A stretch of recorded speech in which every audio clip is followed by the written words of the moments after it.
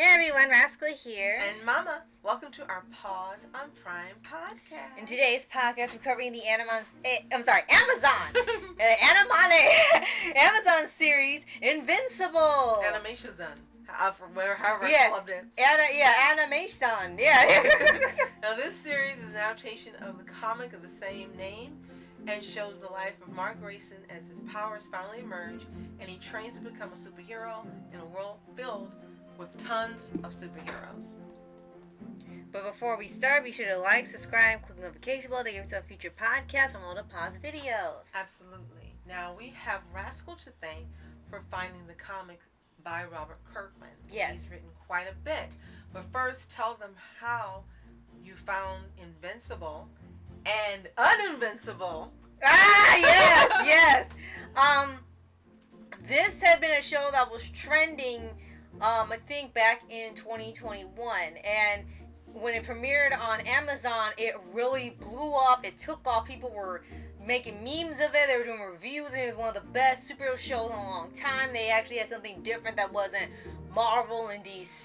They loved the animation, the characters, the world, the viewpoints of how they have the Hero Society built in here, and with the plot twists and all that, it really took off, and more people ended up knowing about this comic than just people who read it. So it really gave new life to the franchise and to more people knowing about it. So we watched the first episode, and it was so graphic and shocking because at that time we were watching other things that we stopped at episode 1. But when we got the book, we found out the way that it starts in the animated series, they put the twist in front, and it's no longer a twist. Right. You just find straight away out what's going wrong. Right. But in the book, it's the opposite. Right. The book has it more toned down. It really isn't graphic unless it becomes graphic later. But what happens in that first episode at the end of episode 1, it doesn't happen. No, it doesn't. In the beginning of the book. They leave it to later. Yeah. So it's going to be really a shock. For some reason, they decide to do shock value in the beginning. Right. And for me, it cheapened it a little because I think the way the book is, I would have rather seen it that way. Right. And with the show, the episodes, there's only 8 episodes in the first season. It's already been renewed for a second one. And every episode can be over 40 minutes. They're very close to being an hour. Some of the most they've reached are 50 minutes. It can be like 45 to 50 minutes long. And people were saying, how come animated shows don't have longer episodes if they're not specials? Well, this show was trying to do that, give you more content in a longer time frame than trying to feel like everything is rushed in just 20-something minutes on TV. And sometimes it worked, and sometimes it felt like there should have been things that helped for the episodes because they were trying to fill in such a long gap between the storylines. Mm-hmm. So I do like that they wanted to give you more for what you're watching, what you're paying for with your Prime subscription, than just finishing an episode and it being done quickly. Unless you binge watch and finish the whole thing in one day. Now, first and foremost, it says that Kirkman is a comic creator. You may know his name or be familiar with his name from The Walking Dead, which is where most people, think of him. Yes. When they hear his name. But he's been a comic creator for quite some time. He's also an executive producer of the AMC series Secret History of Comics and the Korean pre-apocalyptic drama 5 Year. So this was just another way for him to hone his craft and do something different and introduce people to his content. Right. That we're familiar with. Right. And for some reason, this project was written, directed, and produced by Seth Rogen and Evan Goldberg for Universal Pictures. Right. And when you read the end credits at the end of every episode, Kirkman is already part of it. He's one of, I think, almost 10 producers. Like, we don't know why there's 10 producers, but there are. And yes, Seth Rogen even has a voice acting role in here as Alan the Alien. But it seems like in here they want to go further into its content, where the books kind of just had parts of it here and there or not at all. They feel like, well, we can put it on Amazon. It's longer. We have no TV restrictions. Kids can't watch it, so we don't have to worry about them seeing it. Let's just go out and put the blood and the swearing and the violence and stuff. We can go all out for the ones who love it. And if some parts of it work, so you get on how, you know, if a villain is a villain, they are really villainous. And when there's a twist, it feels like a twist. There are just some points where it's like, I don't need to see the internal organs of the people that are blown up. Come on. So I guess he was just giving a shout out to the Walking Dead. Right, this makes sense. Because yeah, it was really, really graphic. Lots and lots of red. Lots of the color red It's freedom. like, But we said that we dropped it after the first episode. Well, we returned to it. That's Yes. how we're doing this podcast. Right. And when we returned to it after reading the book that Rascal found, Yes. we were like, wow, this is really great writing. This Yes. is really interesting. Yes. A great story, great characters. You can see development as you're reading and going along. A shout out to Reginald Bell Johnson. Yes. Who even got to guest star in the series itself. Yes, from Die Hard. Carl. I'm sorry, not Carl. Yeah, from Family Matters. Yes, but you're right. His name in Die Well, we Hard just was- call him, everyone calls him Carl. Okay, so Carl. And it was just like, wow, this is really, really great. Let's go back and pick up where we left off. And so we're really glad we did. Yes. And there's just so much to say about the show and what it has and what it makes references to. One of the huge things that I noticed, I'm sure everyone else has who read the books too or watched the show prior to us, is that it seems like he's a huge DC fan because almost every character in here is a shout out to a DC character. Teen Ting is just Teen Titans on steroids. Mark Grayson is Dick Grayson with superpowers of Superman. They have the Guardians of the Globe instead of Galaxy, and they're just the Justice League, but Vandal Savage was the leader instead of Superman. His dad is Superman in a way. And as you go on, you can keep seeing the DC references all the time. And part of that is fun because we've seen other shows have shadows to things, but there have been times recently where they're just so half done because they just want to have points for referencing or knowing something someone else knows, and they're very lazy about it. And it's kind of irritating to a lot of us because it's like, you're not a fan of this, you just want to be credited for knowing this thing exists. But in here, it feels like this guy loves DC so much, everyone is just it's a loving parody version of that. And there's even one for Ertegun where they have like a demon detective. Yeah. Also, we want to point out that the voice cast is very diverse. Yes. As well as the cast of characters that are within it. Yes. There have been a few changes to the characters, but not some so awkward that you will go, why did they do it? Yeah. Somehow they made it just fit right in. Yeah, and it just flows still with the changes. Right. We were surprised because we have seen in some shows where it's like, okay, it's kind of lacking here, but you can tell they added later because of situations. But here, it's already there from the start. From the main characters, the villains, the heroes, the side characters, the people you see in the background, there isn't a lack of anybody being represented in this show. So there is no way you can say, well, they didn't include this group. Every group's in here. Everyone is represented. So that is a big plus that it wasn't forced in. They already had to begin with, and it was just great as is. Yes, definitely. The biggest noticeable change was just Amber. That was it. It was just like, wow, she looks different. like Voltron. She is different. It's like Samantha from Code Lyoko. Yeah. Like, she's different. Yeah. So there were 10 episodes. Oh, no, 8 8 actually. episodes of 45 minutes each. Yes. So it's like watching 2.5 episodes of anime. Yeah, pretty much. And it felt like you were watching 2 episodes when you watched it. It sure did. And the plot in here, now we want to give big spoilers or anything because there's people who haven't watched it yet still. Yes. So we're going to say somebody has taken out the Guardians of the Globe. They were predominantly for this show, and we haven't seen them in the book yet.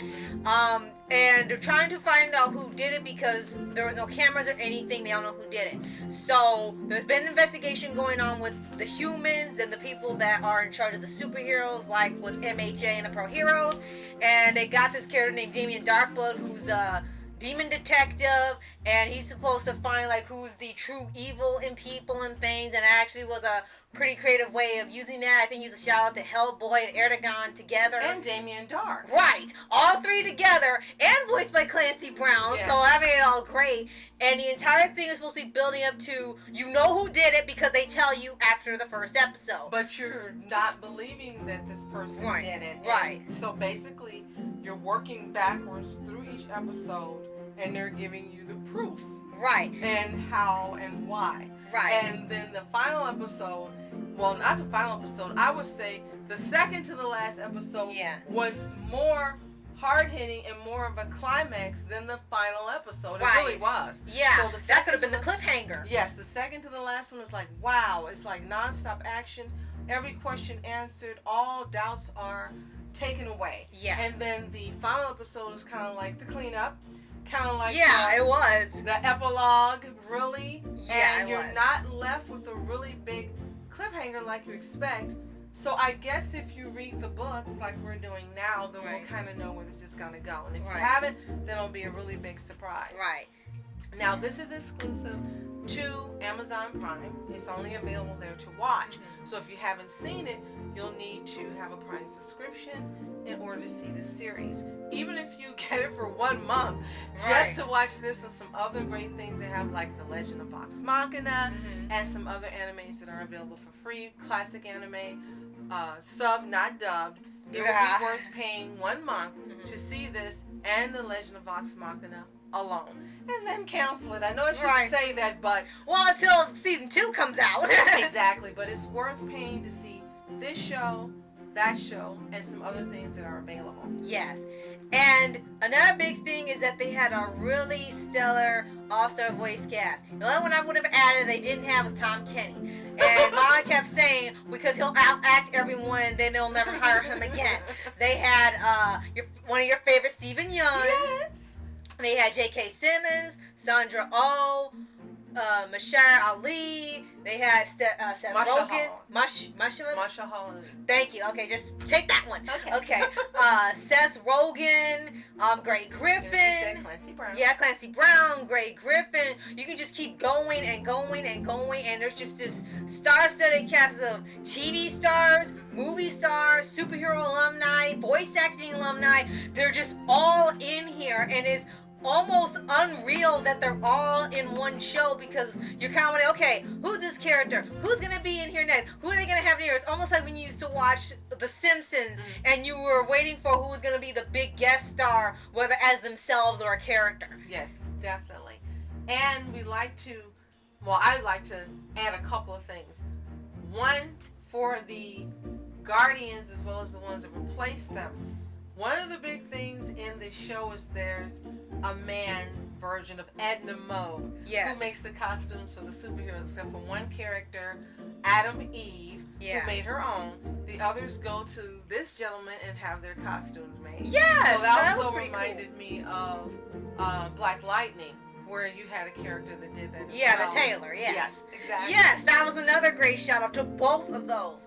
And what I really love about this that I kind of touched on earlier is that it really has great shout outs to other superhero shows, and not just DC now, but MHA, which even give a shout out to someone in Japan when they show White Shot. They have The Incredibles. They had a kaiju. Right. They had an entire character that was just Luke Cage with a family. He got his own episode, and had some people from the Luke Cage series guest starring in here. And it's really awesome that all these things are referenced, and it doesn't feel like you're just throwing them in because, hey, we want to look cool. Hey, we know you people like this stuff. Here, throw it in. We don't really care.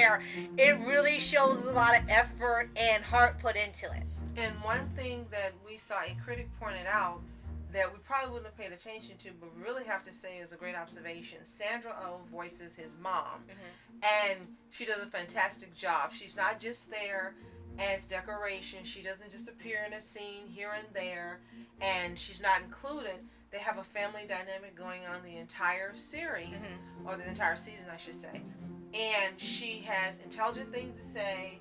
She is important in their lives. Yeah. She is important in helping him develop not only into being a better human being and a responsible human being, but also a wonderful son and a wonderful man. They really made it important that she was there to help be that half of it. While the Yes. dad helps train him to be the superhero and what he needs to be for that, Right. she trains him for being a superhuman, Right. and what that is. And I really like that she's excellent voicing this character. We've heard her in other things, like I think, what was the one on Netflix? The Moon. Over the Moon? Thank you. No, not Over the Moon. The other one. But anyway. Oh, she was in She-Ra too. Yes. But in here, I like her exceptionally well as this character. She is fantastic. To me, this is her best voice acting role to date. Yeah. I really love her in here. And the strength she gave her character, the love that the character presented, it was just like watching your mom or anybody's mom. It had that feel. Yes. And it was just so right. Yes. You know, a lot of times you watch animated movies and they have a mom, and a lot of times the mom isn't important to the story. She isn't. Yeah. She's just a fixture. But in here, they wrote her in a way that she was important, and she expressed that importance from the beginning to the end of the season. So I just wanted to say she's a great character, so you're going to love her once you finish watching the series as well. Yes. And there are other females that are part of the Guardians. Yes. As we mentioned, his girlfriend, and they're all smart, and they're all well, they're all really believable characters. There is no kind of bias where, oh, this one's showing this one because they're female, which we see so much. No, they have to earn that strength, just like in an anime. They have to earn the strength, and they are just seen as their heroes and their equals. There's none of that in there. And they have different personalities, not just carbon copy. Okay, this is the woman we use. We're going to take and keep with this mold. Right. So each one is different. I mean, so different that there's no way to mistake them, no way to go, what was that character's name? I forgot her name, and who is she? And you'll easily remember their names. Right. And whom they are and what they do. And they have quite a few. And they are very interesting. Yes. And it's not like in some shows where you see there's a proliferation of men, and the men are more interesting than the women. Sorry, it happens. But in this one, the men and the women, all of them are interesting. Yes. Everyone's got a great backstory, a great presence, just fantastic writing. Yes. All the way around. So, again, it's available exclusively on Prime or Amazon Prime to watch. Yes. It's worth paying at least for a month to watch this and The Legend of Vox Machina and some other things you might want to see. So, if you've already seen it, let us know what you think in the comments. Did you watch it when it first aired? What did you think when you saw the first episode? What did you think when you saw the last episode? Are you looking forward to season 2 as we are? Mm-hmm. Have you read the books or the comics themselves? Right. Let us know what you think on that as well. Right. And if you haven't already, be sure to subscribe for updates and weekly videos on your favorite anime series, animated shows, and all things animation. Yes, and more Invincible season. Yes. So, thank you so much for watching. I'm Oscar Entertainment. And I'm Mom Entertainment. Have a fantastic day. Peace.